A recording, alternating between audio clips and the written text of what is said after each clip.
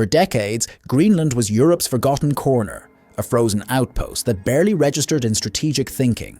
Then came January 2026. Suddenly, European officials were deploying troops in panic, scrambling to fund Arctic projects, and warning of NATO's potential collapse. What transformed this icy island into Europe's most critical asset? The answer lies in three strategic nightmares Europe finally realized it couldn't afford to lose. The transformation wasn't gradual. It was a collision of forces that Europe had ignored for too long. First came the ice. Climate change opened Arctic shipping routes that had been frozen for millennia. The Northern Sea route, connecting Europe to Asia through Russian waters, suddenly became viable for year-round shipping. China launched 14 container ship voyages through Arctic waters in 2025 alone. Russia began treating these routes as strategic highways, not just commercial shortcuts. Then came the rivals. While Europe focused on traditional threats, Russia and China quietly positioned themselves in the Arctic. They weren't just shipping goods, they were building military presence and infrastructure. The United States noticed first, shifting Greenland from European Command to Northern Command in June 2025. This wasn't administrative housekeeping, it was recognition that the Arctic had become a great power contest zone. But the catalyst that shattered Europe's complacency came from an unexpected source: Washington itself. In early 2026, threats emerged from the new administration about potential territorial acquisition. European officials, who had long relied on American protection, suddenly faced the possibility of losing their most strategic northern anchor to their own protector.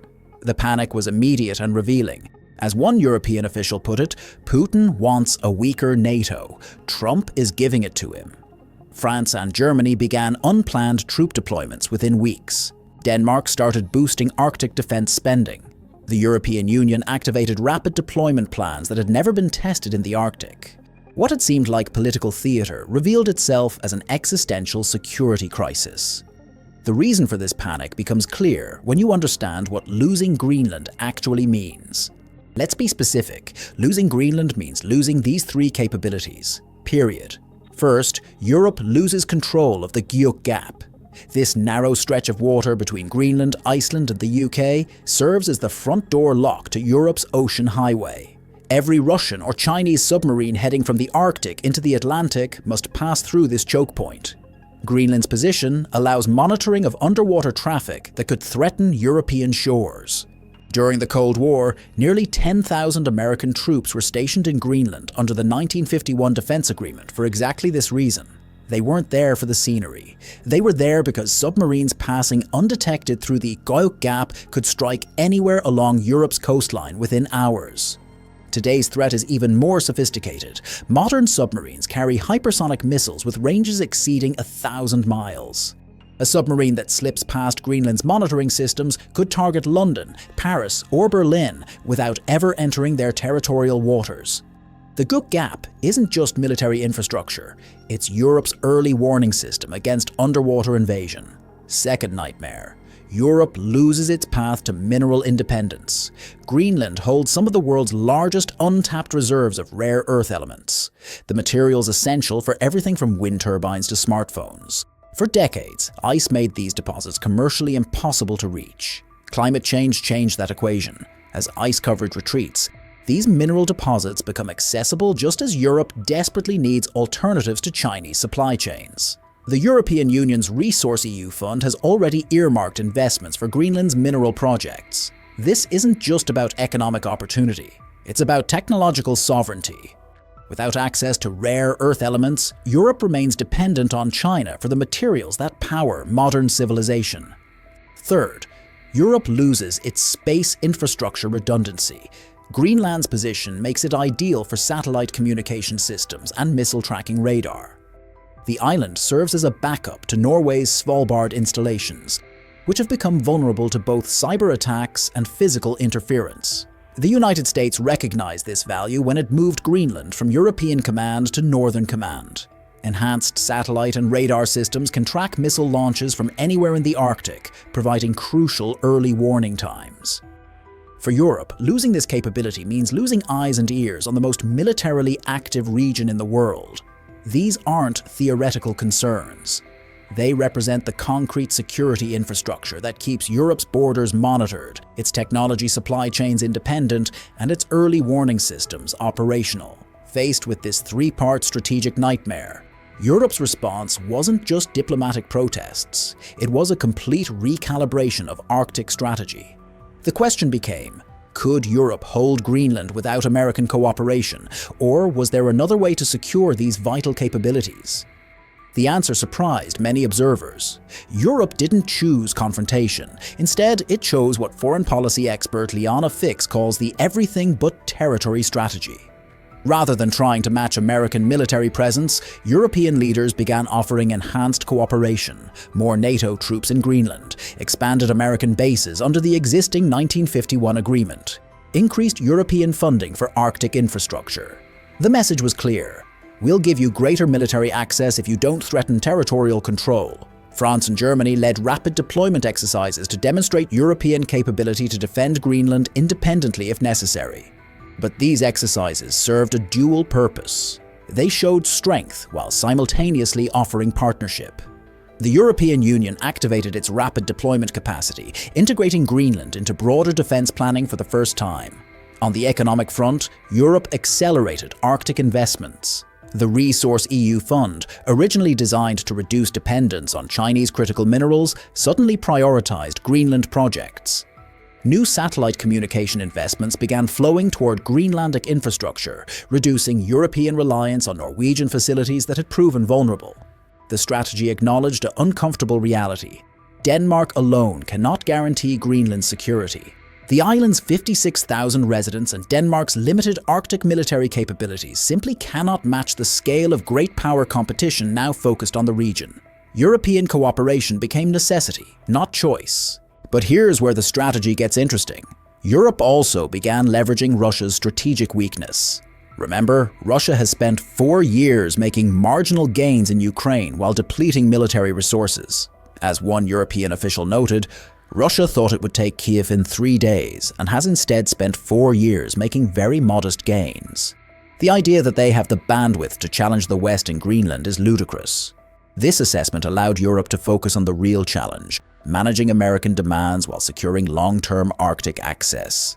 The everything but territory approach offers Washington increased military presence and strategic cooperation without the political complications of territorial acquisition. European officials privately acknowledged this crisis forced a painful but necessary strategic maturity. For decades, Europe had treated Greenland as Denmark's concern.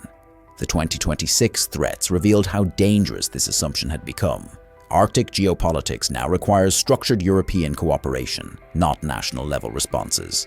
Current status as of early 2026, European troops are conducting joint exercises in Greenlandic territory. American base expansion discussions are proceeding under the 1951 framework.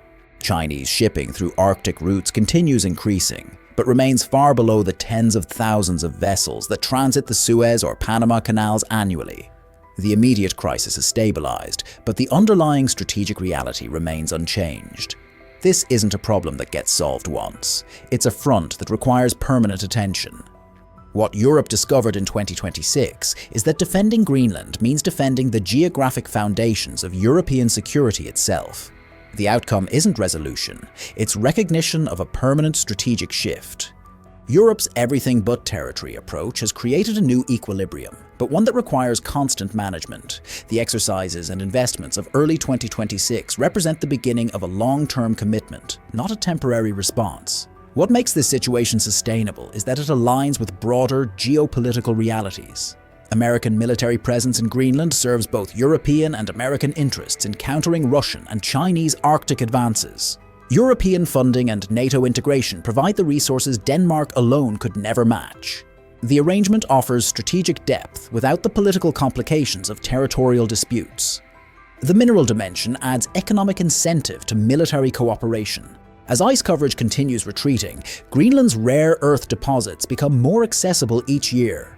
European investment in extraction infrastructure creates shared stakes between American security interests and European technological independence. Both sides benefit from reducing Chinese mineral dominance. But the foundation of this new arrangement rests on a crucial assumption. that American strategic priorities remain focused on great power competition rather than territorial expansion. The 2026 crisis demonstrated how quickly decades of assumed cooperation can evaporate. European officials now plan for scenarios they once considered impossible. The space and satellite infrastructure tells a similar story. Enhanced monitoring capabilities serve both European early warning needs and American Arctic surveillance, but the technology requires continuous upgrades and maintenance. This creates ongoing cooperation requirements that bind both sides to the relationship. Denmark's role has evolved from sole guardian to cooperative coordinator. Danish Arctic defense spending has increased significantly since 2025, but always in coordination with broader European and NATO planning. The country's 56,000 Greenlandic residents now live at the center of great power competition, whether they chose that position or not. Looking ahead, the trends that created this crisis continue accelerating. Ice melt opens new shipping routes each year. China's Arctic shipping, though still limited to 14 voyages in 2025, represents growing familiarity with northern routes. Russian cooperation with Chinese shipping companies suggests coordinated efforts to establish Arctic presence. European officials privately acknowledge that managing this situation requires sustained political will across multiple election cycles. The Arctic doesn't pause for domestic politics. Infrastructure investments, military exercises, and diplomatic coordination must continue regardless of changing governments in Berlin, Paris, or Washington. The broader lesson extends beyond Greenland itself. Climate change is redrawing strategic maps across the globe. Assets once considered marginal become critical. Alliances once taken for granted require active maintenance. Geographic positions once secure demand new forms of defense. For Europe, the Greenland crisis forced recognition that strategic independence requires geographic foundations. You cannot defend economic sovereignty without securing the territories that provide critical materials. You cannot maintain technological independence while remaining vulnerable to supply chain disruption. You cannot ensure homeland security while ignoring underwater approaches through Arctic waters. The current arrangement represents European strategic adulthood, the recognition that partnership requires strength, that cooperation demands capability, and that taking allies for granted invites betrayal. Whether this maturity came too late remains an open question. As 2026 progresses, European officials watch Arctic shipping routes, monitor Chinese mineral investments, and track American political developments. They've learned that Greenland's strategic value only increases with time. The island that seemed like frozen wasteland now anchors European security planning. The ice continues melting. The rivals continue advancing. The strategic competition that began with climate change and accelerated with great power rivalry shows no signs of diminishing. Europe has secured its Arctic position for now, but the real test will be maintaining it across the years and decades ahead. This is how geographic reality reshapes political relationships. What started as environmental change became military necessity. What began as resource opportunity became security requirement. The map itself demanded new strategies, and if you want to understand how other supposedly stable arrangements might shift just as dramatically, subscribe and turn on notifications. The next strategic transformation might already be beginning somewhere you'd never expect.